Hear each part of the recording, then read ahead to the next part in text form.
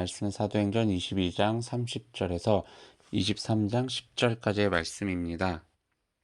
이튿날 천부장은 유대인들이 무슨 일로 그를 고발하는지 진상을 알고자 하여 그 결박을 풀고 명하여 제사장들과 온 공회를 모으고 바울을 데리고 내려가서 그들 앞에 세우니라. 바울이 공회를 주목하여 이르되, 여러분 형제들아, 오늘까지 나는 범사의 양심을 따라 하나님을 섬겼노라 하거늘, 대제사장 아나니아가 바울 곁에 서 있는 사람들에게 그 입을 치라 명하니, 바울이 이르되, 회칠한 담이여, 하나님이 너를 치시리로다. 네가 나를 율법대로 심판한다고 앉아서 율법을 어기고 나를 치라 하느냐 하니, 곁에 선 사람들이 말하되, 하나님의 대제사장을 네가 욕하느냐? 바울이 이르되, 형제들아, 나는 그가 대제사장인 줄을 알지 못하였느라 기록하였을 때 너의 백성의 관리를 비방하지 말라 하였느니라 하더라. 바울이 그 중 일부는 사두개인이요 다른 일부는 바리새인인 줄 알고 공회에서 외쳐 이르되, 여러분 형제들아, 나는 바리새인이요 또 바리새인의 아들이라. 죽은 자의 소망 곧 부활로 말미암아 내가 신문을 받노라. 그 말을 한즉 바리새인과 사두개인 사이에 다툼이 생겨 무리가 나누어지니, 이는 사두개인은 부활도 없고 천사도 없고 영도 없다 하고 바리새인은 다 있다 함이라. 크게 떠들새 바리새인 편에서 몇 서기관이 일어나 다투어 이르되, 우리가 이 사람을 보니 악한 것이 없도다. 혹 영이나 혹 천사가 그에게 말하였으면 어찌하겠느냐 하여 큰 분쟁이 생기니, 천부장이 바울이 그들에게 찢겨질까 하여 군인을 명하여 내려가 무리 가운데서 빼앗아 가지고 영내로 들어가라 하니라. 아멘. 오늘을 허락해 주신 하나님께 감사 찬양 올려드립니다. 다음 날 이제 천부장은 왜 유대인들이 바울을 고발하고 죽이려 했는지에 대한 진상을 밝히기 위해서 대제사장들과 이제 최고의회를 소집합니다. 그리고 그들 앞에서 이제 바울에게 자신의 견해를 밝힐 수 있는 이제 기회를 줍니다. 그래서 바울이 이야기 시작을 하는데, 바울의 첫 마디는 형제들아였습니다. 바울은 하나님을 함께 섬기는 자들이기에 이렇게 어떻게 보면 좀 예의를 갖추고자 형제들이라고 불렀던 것 같습니다.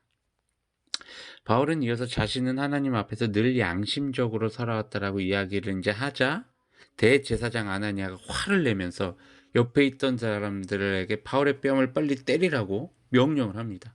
그러자 바울은 바로 응수를 하는데, 이렇게 이제 이야기를 하는 거죠. 이 위선자 같은 자여, 하나님께서 당신을 치실 것이요, 율법을 어기고 어떻게 나를 율법으로 판단하고 나를 치라고 명할 수 있는 겁니까? 이제 그러자 이제 아나니아 옆에 있던 사람들이 이제 깜짝 놀란 거예요. 그러면서 바울에게, 어떻게 대제사장에게 너는 그렇게 말을 함부로 할 수 있느냐 하고 이제 화를 내죠. 그랬더니 이제 바울은 살짝 이제 제가 봤을 땐 놀랐다고 성경에서 표현했는데, 약간 이게 놀란 척한 것 같아요. 그러면서 그가 대제사장처럼 행동을 하지 않아서 그 사람이 대제사장인 줄 나는 몰랐다. 그런데 성경에서도 백성들의 통치자를 욕하지 말라고 했으니, 바울은 이제 자기 자신이 잘못했다고 이제 그 자리에서 시인하고 이제 사과를 하죠. 그리고 바울로 인해서 모인 그 의회는 사두개인과 바리새인으로 이제 구성이 되어 있었는데, 뭐 사두개인과 바리새인은 서로 이렇게 막 적대시한 관계에 있어요. 그래서 서로 너무나 이렇게 미워하는 그런 관계에 있는데, 물론 그 사실을 당연히 바울도 알고 있었죠. 그러나서 바울에게 갑자기 이제 지혜가 생겼어요. 그래서 요 서로에 대한 이 적대감을 이용을 해보자라는 지혜가 생겨서 이제 바울은 바리새인 편에서 이제 섭니다. 왜냐하면 바울은 자신이 이제 바리새인 그 출신이기 때문에, 바울이 하는 이야기는 매우 당연한 복음적인 이야기였어요. 그러면서 자신의 이제 출생을 이야기를 하는 거죠. 나도 아버지가 바리새인이고 나도 바리새인의 아들이고, 지금 나는 죽은 사람들의 부활을 믿고 전하다가 지금 이렇게 신문을 받고 있는 것입니다 라는 거예요.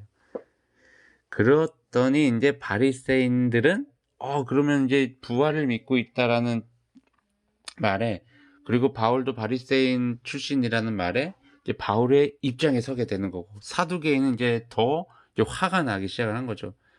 왜냐하면 사두개인은 부활을 믿지 않았던 자들이에요. 그래서 부활을 믿고 있었던 바리새인과 그것을 믿지 않는 사두개인들 사이에서의 싸움으로 이제 이어지기 시작을 한 거예요. 결국 바리새인들이 사두개인들의 말을 막고 바울은 아무 죄가 없음을 이제 주장을 하죠. 그래서 점점 이 두 세력 간의 싸움이 이제 격렬해지자 천부장은 바울을 보호하기 위해서 이제 바울을 병영 안으로 다시 데리고 들어갑니다. 오늘 본문을 보면요, 참 재미있는 장면이 나오는 것 같아요. 바울의 지혜를 엿볼 수가 있어요. 하나님께서 바울에게 그런 지혜를 주셨을 텐데, 바울은 자신이 처한 상황에서 한 문장의 그 지혜로운 말로 인해서 자신에게 처한 그 역경을 이제 벗어나게 되는 거예요. 그리고 자신의 힘이 되어줄 평까지도 만들게 됩니다. 그게 무엇이었냐? 바로 부활에 대한 얘기였어요. 바울도 계속 전했던 복음을 보면요, 별거 없어요. 예수님의 죽음과 부활 이야기였어요. 그리고 그것을 다시 사용을 하면서 바리새인들이 주장하는 바, 즉 사두개인과 대립이 되고 있는 그 부분, 부활에 대한 부분을 건들게 된 거예요. 결국 바울은 바리새인들이 편을 들어주게 되는, 그리고 바리새인들이 입장에서 바울이 무죄라는 것을 당당하게 외치게 되는 너무나 희한한 장면이 연출되게 된 것이죠. 여러분, 이 장면을 보면서 우리가 분명하게 알아야 될 것은 무엇이냐? 우리 그리스도인들은요, 절대 죄와 어떠한 순간에도 타협하지 말아야 됩니다. 죄의 공격과 유혹 속에서 벗어나기 위해서도 끊임없이 깨어 있어야 됩니다. 하나님께서는요, 바울의 상황 속에서 지혜를 주셨던 것처럼 우리에게도 지혜를 주십니다. 근데 중요한 것은 무엇이냐? 우리가 하나님 앞에 겸손해야 된다는 거예요. 그리고 하나님 앞에서 죄를 짓거나 죄와 타협하려고 하는 그 마음이 없어야 된다는 점을 반드시 기억하시길 바랍니다. 우리 주변에도 보면요, 많은 불의들이 일어나고 있어요.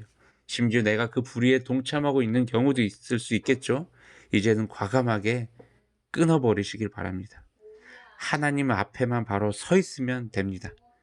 악인들의 꾀를 따르지 마시고, 죄인들의 길에 서지 마시고, 오만한 자들의 자리에 앉지 마시고, 매 순간마다 하나님의 말씀으로 올바로 서 있을 때 하나님께서 그 죄악들의 손길로부터 벗어날 수 있는 지혜를 주신다는 것입니다. 우리가 다시 한번 오늘 하루도 하나님의 말씀 앞에 온전히 서 있게 되기를 주님의 이름으로 축원합니다. 샬롬.